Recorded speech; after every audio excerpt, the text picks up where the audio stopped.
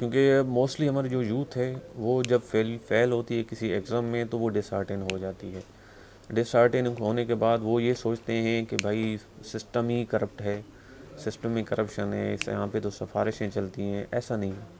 आप जब तक आपका पैशन है, जब आपकी कमिटमेंट होती रहती है ना अपने गोल के साथ, अपनी डेस्टिनी के साथ, जिसमें भी आप जाएं, चाहे वो गवर्नमेंट में हो, सीएसएस में हो, पीएमएस में हो, या किसी और आप कैरियर पाथ अपनाते हैं, तो आप उसको जो है ना कमिटमेंट के साथ पूरा करें। जैसे हम ले लेते हैं कि पीएमएस में या सीएसएस में आते हैं, तो सीएसएस में या पीएमएस में अगर आप बैठते हैं तो एक प्रॉपर प्रोसेस है उसका, कैसे सब्जेक्ट सिलेक्शन करनी है, कैसे एग्ज़ाम की प्रिपरेशन करनी है, कौन कौन से एरियाज़ हैं जिस पे फोकस करना है, लैंग्वेज को कैसे डेवलप करना है, एक प्रॉपर प्रोसेस है। जब तक आप उसको फॉलो नहीं करते और तो तब तक जो है ना आप किसी चीज़ को अचीव नहीं, और वो फॉलो भी करना है कमिटमेंट के साथ। और जब तक आप उसको रिगरसली, आप बार बार उसको चीज़ को नहीं देखेंगे, तब तक मेरे ख्याल से आप किसी चीज़ को अचीव नहीं कर सकते। हाँ, वो कहते हैं ना कि आप किसी चीज़ को चाहें तो आप उसको अचीव कर सकते हैं, लेकिन अगर आप डिसर्टेन हो के और घर बैठ जाएंगे तो मेरे ख्याल से फिर कोई भी चीज़ आपसे हो नहीं सकती। तो फेल्यूर को अवॉइड करने का सबसे बड़ा ये है कि आप कमिटमेंट रखें अपने साथ कि मुझे चीज़ करनी है, और कोई चीज़ ऐसी नहीं है जो आपको करने से रोक सकती है। क्योंकि यहाँ पे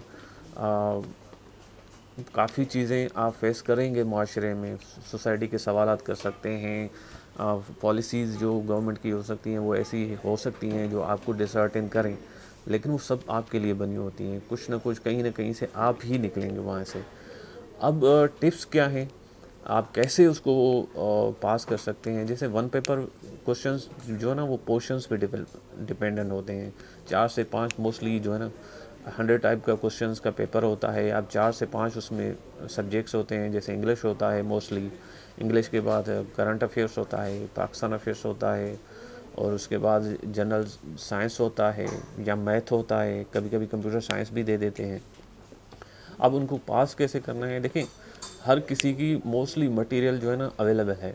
आप बुक्स हैं, बुक्स बहुत डिफरेंट बुक्स पड़ी हुई हैं वन सब्जेक्ट की।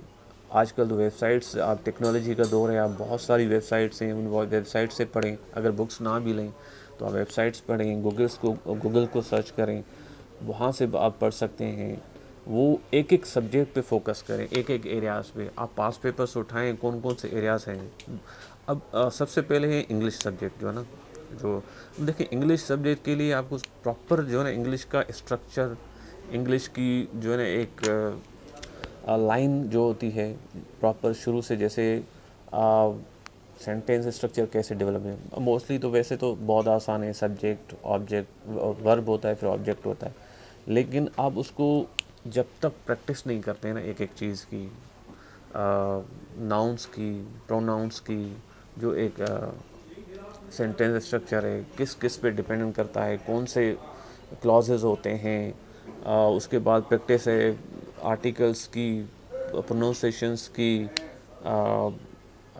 जैसे पंक्चुएशंस की होती है, करेक्शंस कैसे की सेंटेंस की जाती है। तो एक एक जो है ना चीज़ पे आप काम करें, क्योंकि जब भी वन पेपर क्वेश्चन होता है उसमें जो है ना आपसे कुछ ना कुछ बारीक चीज़ें पूछी जाती हैं, तो उन बारीक चीज़ों पे काम करें। कभी कभी आपको एक सेंटेंस दे के क्वेश्चन पूछते हैं कि इसमें कौन सी गलती है, या उसमें पूछते हैं कि इसमें से कौन सा वर्ड आपको रिप्लेस करना होता है, या पूछते हैं इसमें से एडजेक्टिव कौन सा होता है। आपको एक एक चीज़ का पता होना चाहिए।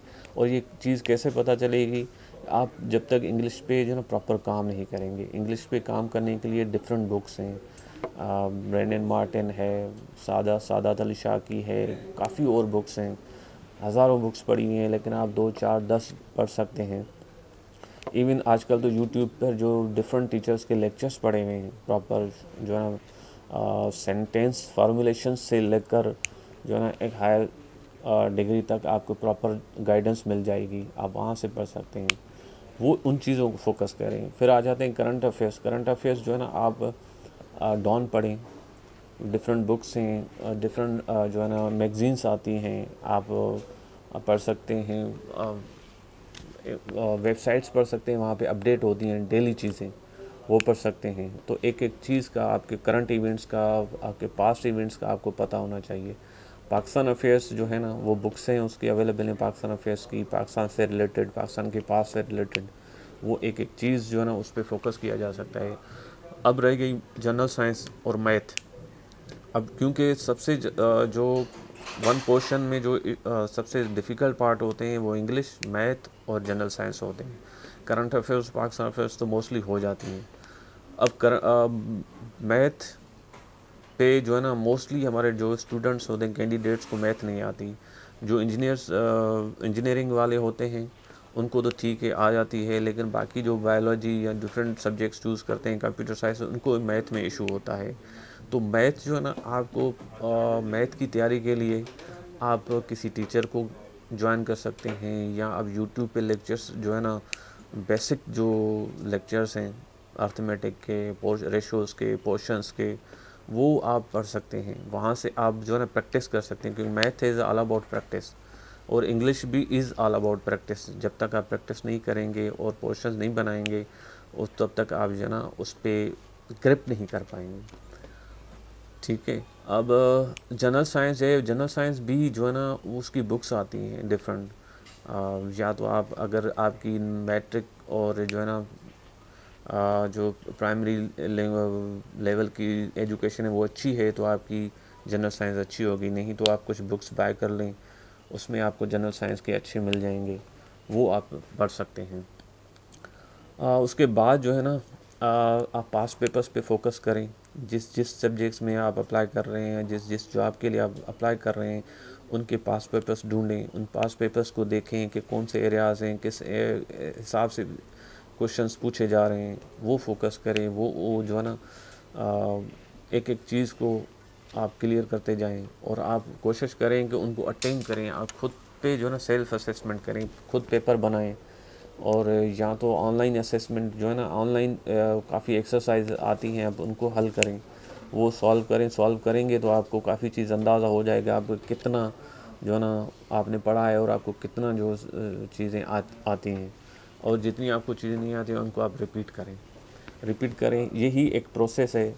आप प्रोसेस को फॉलो करेंगे तो इंशाल्लाह कोई ना कोई जॉब, मेरे ख्याल से तो अच्छी खासी जॉब पास कर लेंगे।